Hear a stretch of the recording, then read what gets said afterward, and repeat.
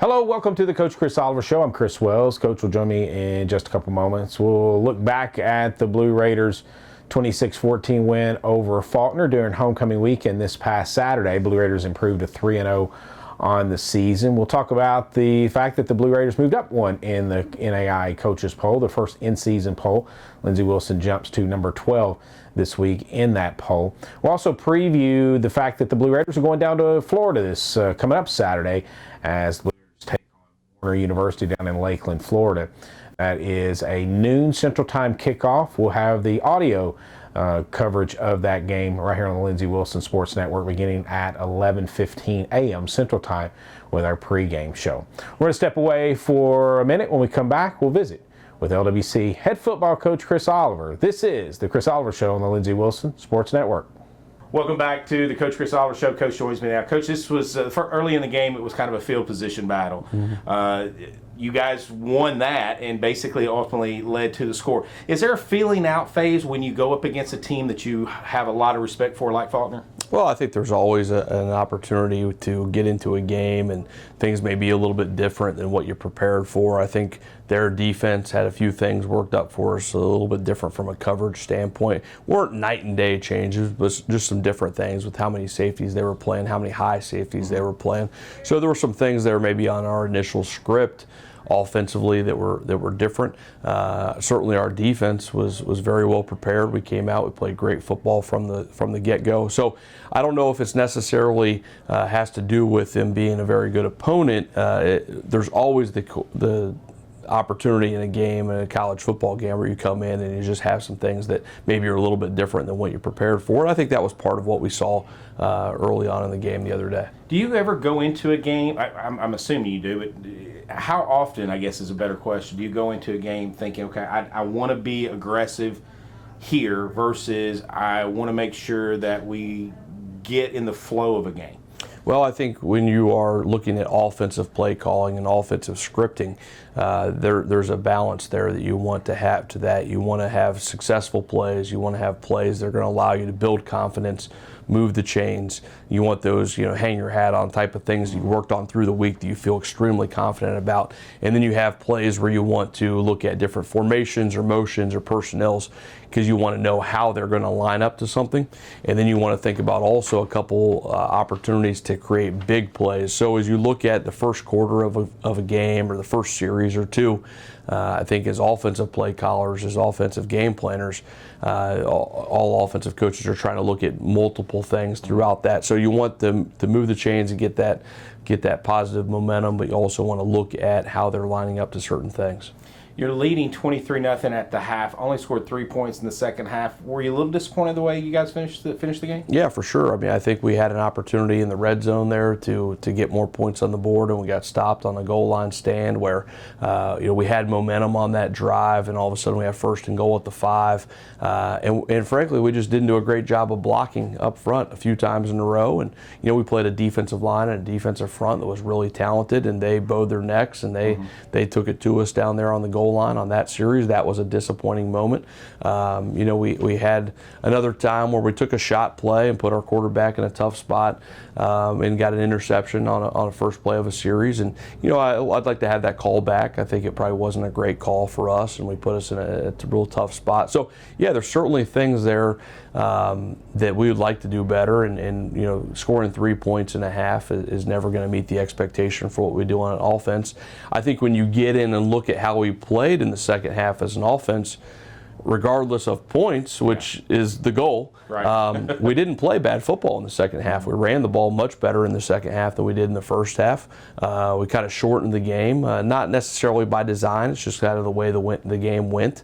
So I thought we did a lot of good things in the second half. We just didn't convert on point opportunities. How much easier as a play caller is it to make take gambles, if you want to use that terminology, gamble, to go for it on fourth down when you know when your defense is playing as well as your defense played on Saturday? Well, it helps a lot. It helps a lot, and I'm wearing two hats. I'm wearing it as the offensive play caller, but also as the head coach. And you want to put your defense in great spots, and we want to have confidence in our defense or our offense. We're going to bail us out. We're going to play great team football and have one side of the ball that if one side needs a bailout, that we're going to get that. But at the same time, you want to put your each side of the ball in a great spot. So it's something that we're doing both sides, but certainly when a defense is playing outstanding, you feel a little bit better about making some of those aggressive decisions, like you said. I asked you this last week. I'll ask it to you again. Did you see the Blue Raiders improve from week 2 to week 3 like you did from week 1 to week 2? Yeah, I think it was significant. I think probably more so of a jump this week than even week 1 to week 2. I thought we cleaned up a lot of things. Now, special teams, we can be better, and we got exposed on a couple basic things and some technique issues, and we got to do a better job of coaching that up, and that starts with me. But overall, I think as a team, when you look at how we played on defense, how we played on offense, how we played up front with the offensive line, I think it was a big step forward.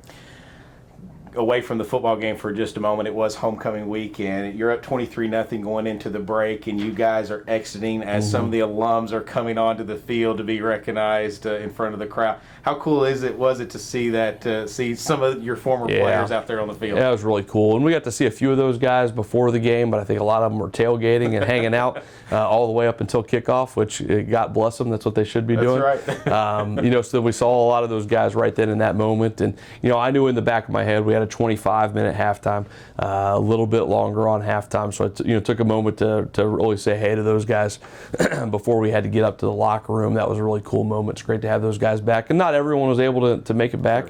One of our alums is in Florida right now, and he messaged me he's going to come to this week's game. Cool. So you get those opportunities. Not everybody can come back to a day like that, but certainly a number of guys came back, and that was a really cool, special moment. Blue Raiders win it by a score of 26-14. They move up one spot in the poll, the first regular season poll. We'll talk about the poll with Coach Oliver here in just a few minutes, and we'll get into the game as Blue Raiders earned a 26-14 win over Faulkner during homecoming weekend. We're going to step away for a minute. We'll be back. This is the Coach Chris Oliver Show on the Lindsey Wilson Sports Network. Welcome back to the Chris Oliver Show. I'm Chris Wells. Coach Chris Oliver joins me. And, Coach, let's talk about the game. First, let's talk about your defense. It was again, a great start, set the tone early. And while Faulkner made a couple first downs, I think, in that first drive, for the most part, they were stymied in that entire first half. Yeah, I thought we had a great plan. I thought our kids executed it. You can have a great plan if your kids don't go out and play well and execute it, then none of that matters, and our kids did. And, you asked me in pregame warm-up what we thought about our matchup with our defensive line against their offensive line, and, I told you we were pretty confident and probably will be in most games this year, or all games this year, just because we think a lot about our defensive line. And I thought our defensive line played outstanding, and I thought our kids really came to play. There were some question marks, and it has absolutely nothing to do with the personnel. It's just that they weren't proven yet. You had some question marks in the secondary, and some question marks at the linebacking core. You didn't have as many question marks at the defensive line, but as a unit, those three layers there, how have they meshed so far? Obviously, on paper, they're doing a heck of a job. Yeah, I think we're pleased with the progress. I think we have a lot of opportunity to still get better, and we are still building depth. We're still building confidence. As us as coaches and us as players, of getting those reps under our belt.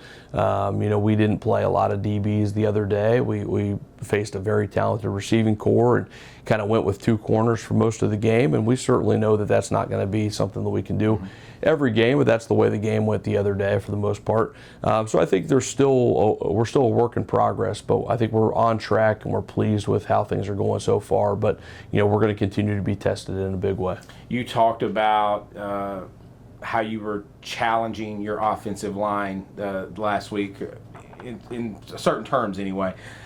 Boy, they really stepped up against a quality opponent in Faulkner. One sack, and again, if you weren't with us in the post game, that was not an offensive. That was a bobbled snap, basically what it was. I think a camera may have taken his eyes off of it for just a moment, and he kind of put him off timing a bit. But over 200 yards rushing. Boy, they really, really played well. Yeah, we played much better. It was a big step in the right direction. And those guys took a lot of snaps. We had 40 plays at halftime, which obviously put you on pace for 80. That's a lot in the first half on a hot day. It was 92 degrees or whatever it was. So it's certainly putting those big guys in a tough spot, and we played much better. I think we wore down a little bit at the end of the game. I think they wore down a little bit at the end of the game. It was hot, those big guys. But I thought we ran the ball so well in the second half that even though we looked tired, and I can look at it on video and see us being a little bit gassed, I still thought we finished very well. And those guys really came along. It was a big step in the right direction on that O-line. I mentioned in the previous segment about the fact that you only scored 3 points in the second half. It's important to say that you did turn over on downs inside the red zone. At the very end, again, Lindsey Wilson was in the red zone and took a knee. So there were opportunities to put more points on the board. Coach, 472 yards of total offense, 209 on the ground. When you go into, I got to think those numbers please you a lot. When you go into a game, is there a number in your head that, if we can reach this plateau, then I feel really good about our chances? Well, I never really set a yardage goal. Every game is different and how you want to do that. Where we want to be great are the things that we talk about a lot. It's first down efficiency. It's third down. We got to play great in the red zone. We need to not turn over the ball. And the other day we did some of those things really well. First down and third down were outstanding. Red zone we've referenced wasn't exactly where we want it to be, and we did have a couple tough turnovers on a couple tougher throws. But I thought we did a lot of those other things well. So we never really set a yardage goal as far, hey, let's have 400 yards of offense or this and that. Really, all those things are, on the end result statistics are going to be a product of how do you play on first down. How many negative plays do you have? All those things that go into it. So I don't think we set a specific yardage goal, but all those things go into how we play. SIDs look at the yardage go. I should just tell you that. Coach, you mentioned third downs for a moment ago. Week 1 against Campbellsville, you were in third and long 11 times. Against Point, you were in third and long 9 times. This past week against Faulkner, just 5 times. Again, that goes to the fact that you did good work on first and second down. Yeah, for sure. And we came out and unfortunately the first series we had a drop on the first third and long. That would have been a conversion, and we could have had that. But like we talked about it immediately after the game, we've referenced here is when we get 4 yards or more on first down, which for us that's first down efficient, and for our defense, the opposite, we want to hold an opponent to 3 yards or less. When you are efficient on first down, you set up the entire playbook for second down. You keep yourself hopefully out of third and long. It's just a huge factor, and it's one of those statistics that I think coaches are all over it. Coaches understand the importance of it, but it doesn't show up on any stat sheet. You can't go into a box score and look at first down efficiency, but it has such a huge impact on us, and it was really good for us on Saturday. Lindsey Wilson wins it by a score of 26-14 over Faulkner to move to 3-0 on the season. They'll head to Florida this week. Coach mentioned it was warm at Blue Raider Stadium on Saturday. I'm sure we'll encounter some heat down in Florida. It's a noon Central Time kickoff. We'll have the audio coverage right here on the Lindsey Wilson Sports Network beginning at 11:15 a.m. with our kickoff show.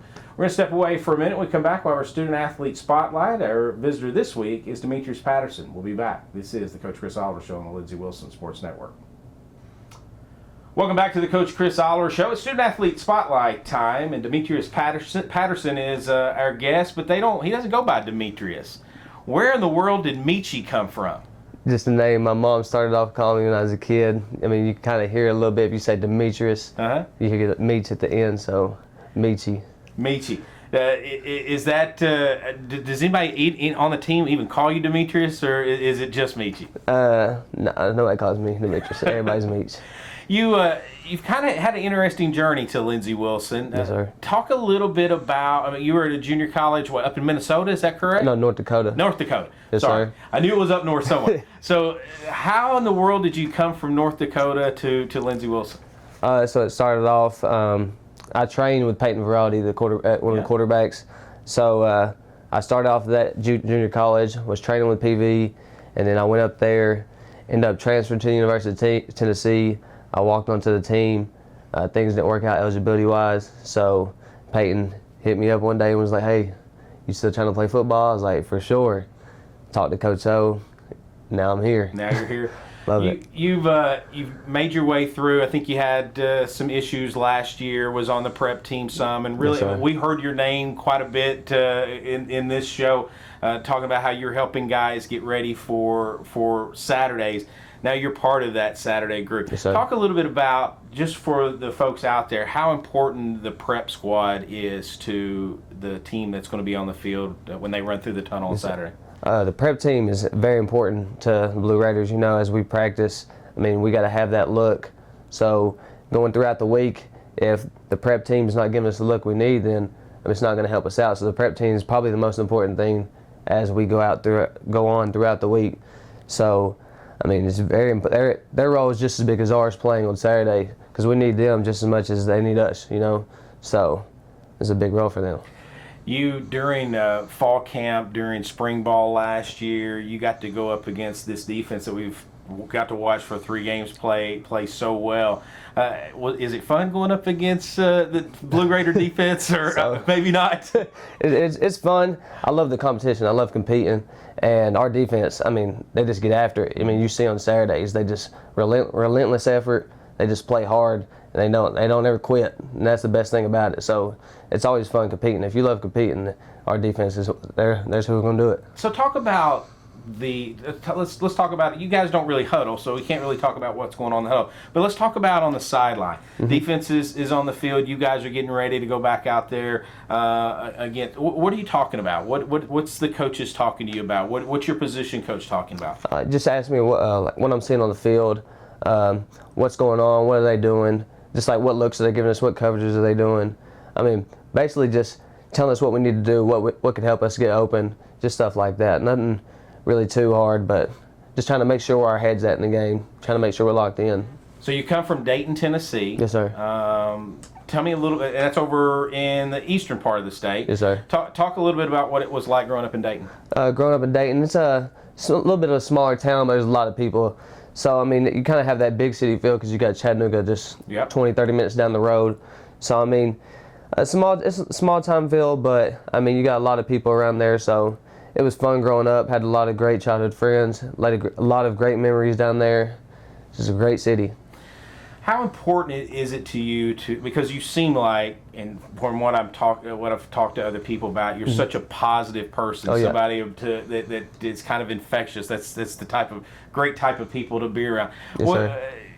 Where does that positivity come from? Where is it something that you picked up from your parents, from friends? Where does it come from? It comes from my mother and my brother, my younger brother Noel. Just like they seeing them go through hard times and stuff, and to see how positive they are throughout life. It's hard not to want to be happy. I mean, because at the end of the day, your happiness is all you got, you know. So I'm gonna be happy regardless. This guy, every time I see him, either in the football offices or at the stadium, he's got a big smile. He was so funny. He actually jumped in at photo day into camera, and we made sure we got his big smiling face up there. How important is it to have that type of personality on a team of 100+ guys? I mean, you know, some days it does get hard. You know, you got a hot day at practice, or things ain't going right back home, or things ain't going right in the classroom. It's just going to be a long day. I just think you got to be positive all the time, because if you have a bad attitude, then it's just going to bring everybody else down. But if you have a positive attitude, it's always going to lift everybody up.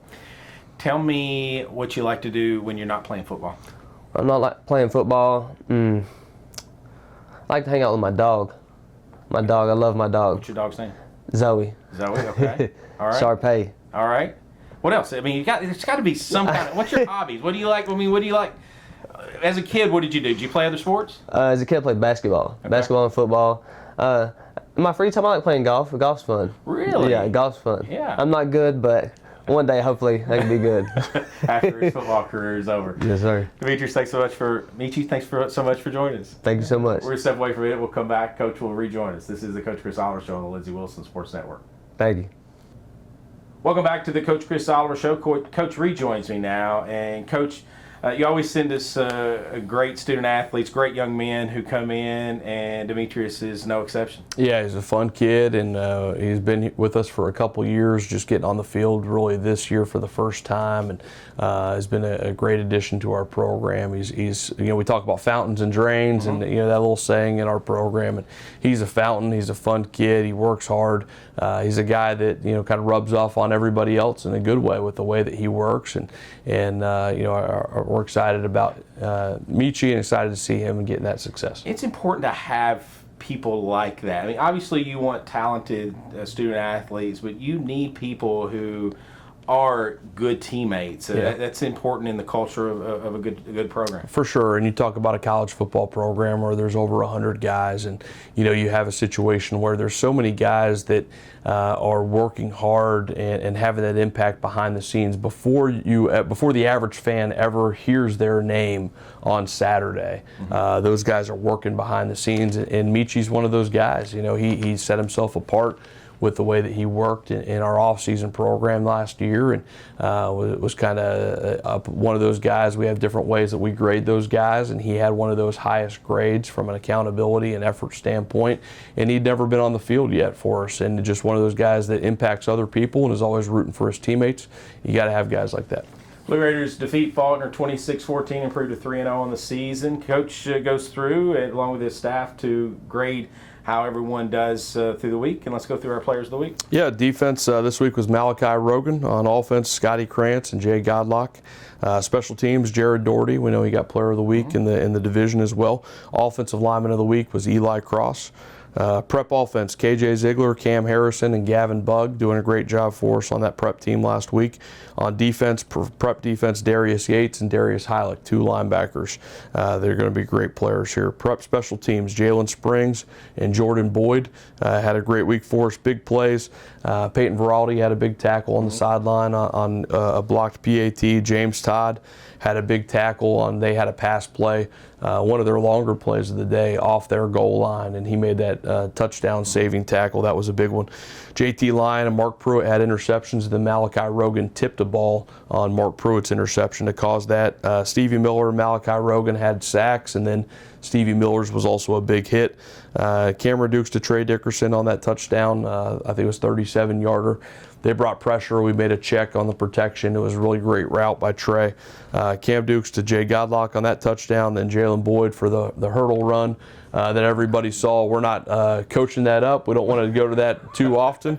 Sure, our opponents are going to be looking for that, we told them. But that was pretty impressive, pretty fun to watch. Lindsey Wilson wins at 26-14. Coach, 3 games into the season, just shy of a third of the way through.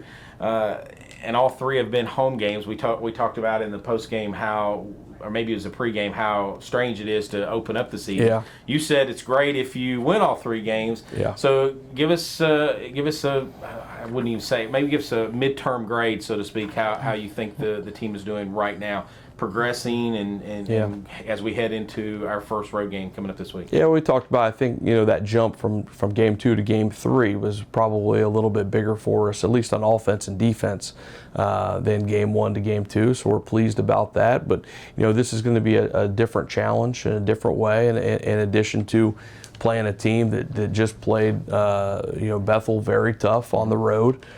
We have a shorter week. We have to get on the bus a little bit earlier in the week and head on down to Florida and do that. So that's a challenge. We have a little bit different practice schedule this week. So I think there's challenges here that are in front of us, and we got to make sure our focus is, just on executing our process each week. I'm pleased with where we're at, but we are not really scratching the surface of our ceiling quite yet. And I don't want to take anything away from what our guys have done, but we want to continue to reinvest in that process each week of going 1-0. We're excited that we've been able to do that 3 times, but we've got a whole new challenge this week with a good Warner team and a long road trip and the heat and all those things, and we just got to continue to focus on us. Coach, congratulations on the win. Good luck this week. Thank you. That's LBC head football coach Chris Oliver. I want to thank Demetrius Patterson for joining us, of course, Coach. Until next week, I'm Chris Wells. This has been the Coach Chris Oliver Show on the Lindsey Wilson Sports Network.